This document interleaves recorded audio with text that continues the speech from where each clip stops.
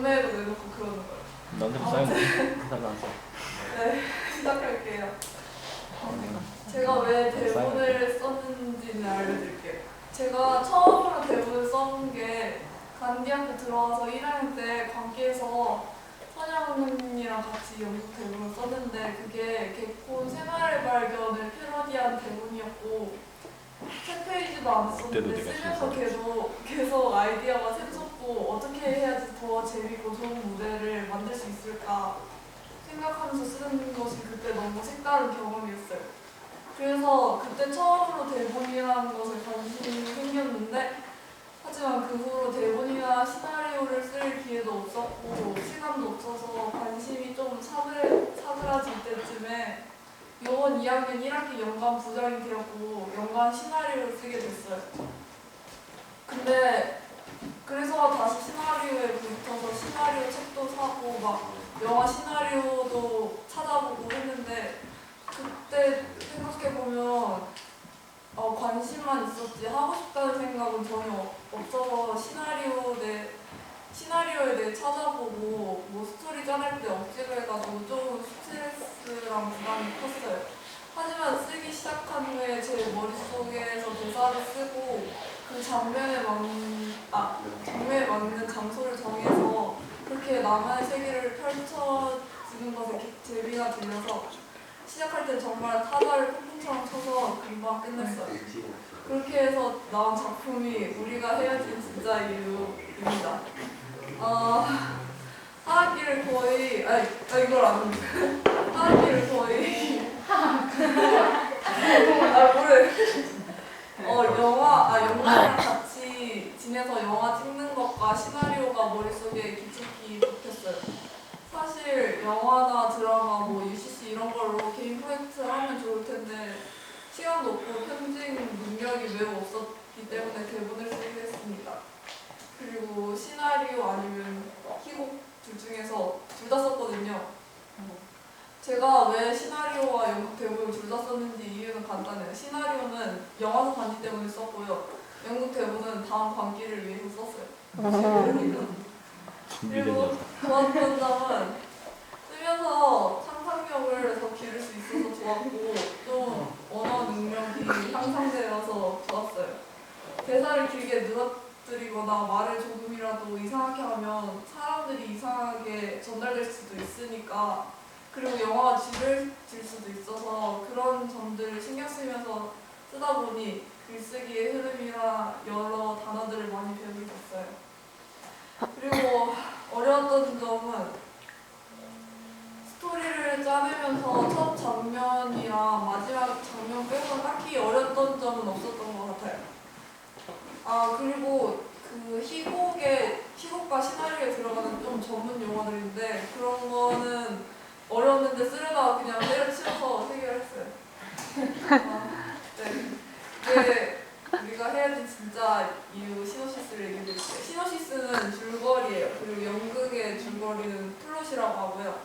아무튼 이 우리가 헤어진 진짜 이유 시노시스는 간디학교에서 남녀가 연애를 하는 이야기인데 첫 만남부터 불꽃 튀는 연애 생활, 권태기, 헤어진 후에 다시 사귀게 되는 장면까지 나타낸 내용이에요. 남녀의 사랑 이야기라 저에게 좀 어려울 거라 생각했지만 연애 연단을 중심적으로 쓰다 보니까 써내기는 하더라고요.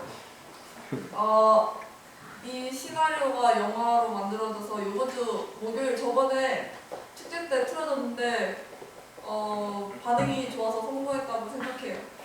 아무튼 크게 했고요.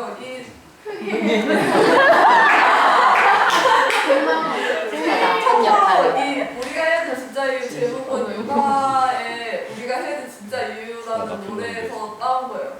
근데 이 처음으로 쓴 시나리오랑 그 수정도 많이 안 맞춰서 되게 못 썼어요. 네. 그리고 두 번째 대본은요. 이건 연극 대본인데요. 네, 이 대본은 제 창작물이 아니고 네이버 베스트 도전에 커피와 스무디라는 웹툰이 있는데 이 중 한 에피소드를 각색한 거예요. 이 커피와 스무디 웹툰이 정말 추천해드리고 싶은 웹툰인데요. 아무튼 이 연극 대본의 플롯은 작가님의 아버지에 대한 이야기예요. 어렸을 때부터 봐왔던 아버지의 모습과 아버지를 향한 마음을 담은 건데 한번 읽어보세요. 이거는 말로 설명을 못 드리겠고 한번 봐주세요. 네, 그리고 느낌전과 마무리를 말씀드릴게요. 시나리오를 쓰면서 느낀 것이 쓰다 보면 누군가의 스토리를 따라한다거나 어느 영화를 따라하는 느낌이 많이 들어서 제 상상력에 대한 한계가 느껴져서 좀 많이 실망하기도 했어요. 하지만 뭔가를 모방하면서도 배울 점이 많고 늘 수도 있다고 생각합니다. 아리스토텔레스는 인간에게 즐거움을 주는 본능이며 대상은 인간과 자연의 보편적인 양상 또는 법칙이라고 생각해요. 저도 뭔 소리인지 모르겠어요. 아무튼 시나리오와 연극 대본을 쓰면서 느낀 것도 많고 글 쓰는 것도 많이 늘고 자연스러워진 것 같아요. 제 개인 프로젝트 마무리하자면 여태 발표하면서 이번 발표가 처음으로 재밌고 뿌듯했던 것 같아요.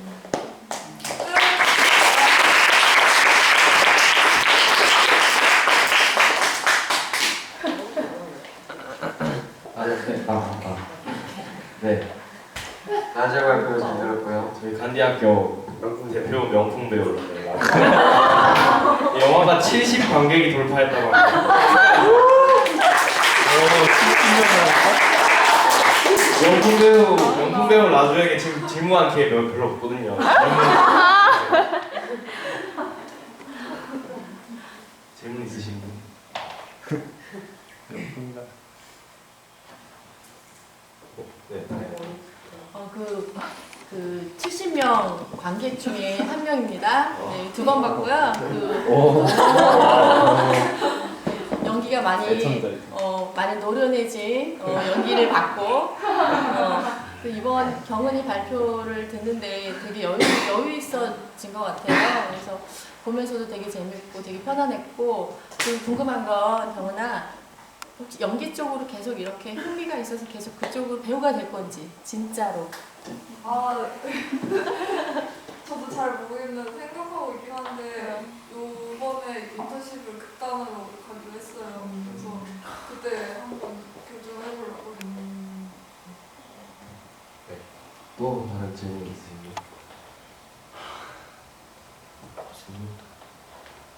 네. 우리가 헤어진 진짜 이유는 봤고, 근데 그 두 번째 뭐였죠? 그 커피와 스무디 각색했다고 하는 거 내용이 궁금한데 짧게나마 재현해 주실 수 있어요? 네, 박수 부탁드립니다.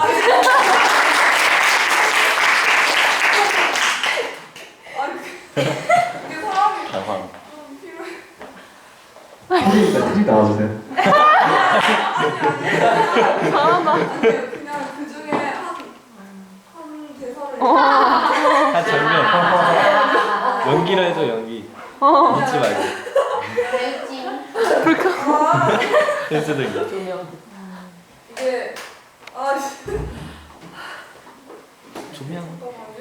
그 대본에는 안 써 있고 우리 작가님 글에 써 있는 걸 읽어드릴게요. 짧다. 짧게나마 읽어드리겠습니다. 마지막 절차로 생전에 아버지가 살던 집에 살림살이를 태우는 일만 남았다. 처음으로 아버지가 살던 집에 가게 되었다. 단 한 번도 여길 궁금해하지 않았었다니. 집에 들어간다. 나는 집에 들어가자마자 견딜 수가 없었다. 수납이 냄새나는 게 어떤 건지 그때 처음 알았다. 너저분한 방안 가득 무치한 냄새가 진동하는데 아버지의 가재 도구와 살았던 흔적들이 온 집안에 널려져 있는 것이 눈에 들어왔다. 그건 누가 봐도 온전하게 지내는 사람의 집이 아니었다. 아빠가 이렇게 살고 있었다니. 그제서야 토할 정도의 울음이 덩어리져 목구멍 끝으로 밀려오기 시작했다. 슬픔이 꾸역꾸역 얼굴을 팽창시켜 온 얼굴에 혈관이 다 터질 것 같았다. 눈물이 홍수처럼 쏟아졌다. 내가 그 순간 정말 참기 힘들었던 것은 널려있는 옷가지나 호라비 냄새가 아니라 마루에 있던 냉장고였다. 무심코 냉장고를 열어보니 유통기한이 한참 지난 인스턴트 음식들이 구석에 말라붙어 있었고 아마도 병원과 알코올 클리닉이 출처일 많은 양의 약봉지들이 눈에 들어왔다. 아버지는 이렇게 비참하게 살면서도 살기 위해 노력하고 있었는데 어떻게든 살고 싶어서 발버둥치고 있었는데 이 쾌쾌하고 싸늘한 방에서 죽기 전까지 아버지는 무슨 생각을 했을까? 그 순간이 마지막이었으면 아빠는 알고 있었을까? 아빠 있잖아. 아빠는 행복했어? 나를 만나 행복했어? 감사합니다.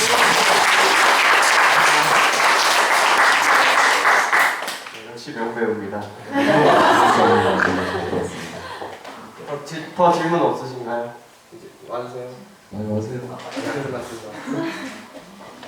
명배우라서. 죄송합니다.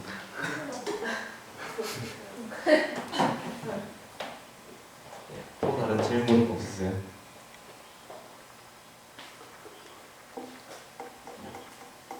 질문 없으시면 이제 나중 발표 마치도록 하겠습니다.